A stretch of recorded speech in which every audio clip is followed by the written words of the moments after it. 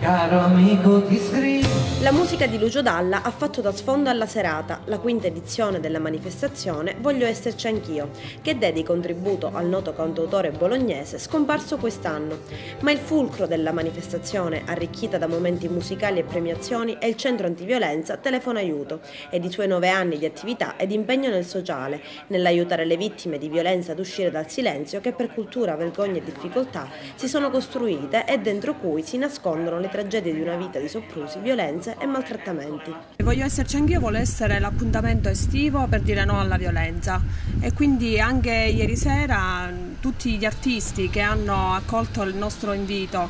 di cantare, e infatti voglio ringraziare pubblicamente gli artisti come Fiammetta Bellanca e altri che si sono uniti quest'anno per la prima volta, a chi invece da 5 anni come il maestro Davide Licausi e Gigi Finistrella, che anche se non ha suonato ha voluto essere presente alla nostra iniziativa, vogliono dire no alla violenza attraverso appunto le note della musica.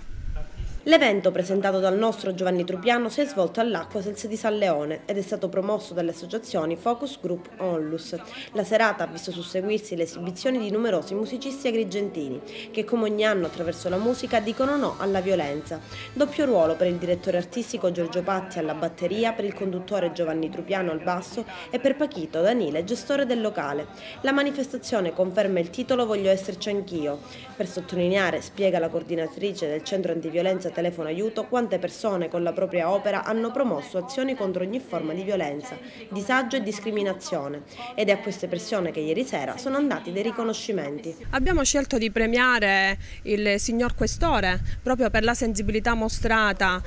da parte di tutta la questura di Agrigento, dei vari commissariati, alla lotta alla violenza e alla partecipazione ad esempio alle nostre iniziative come il corso di formazione che abbiamo fatto anche con l'Arma dei Carabinieri, con la Guardia di Finanza, con la Polizia Municipale di Agrigento.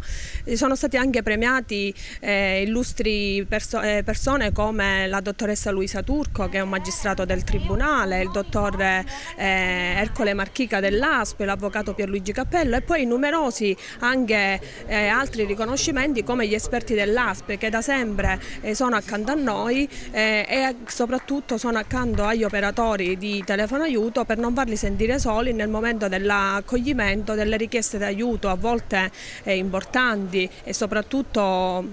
con una nota tragica. Non devono sentirsi soli nonostante le problematiche che vengono fuori.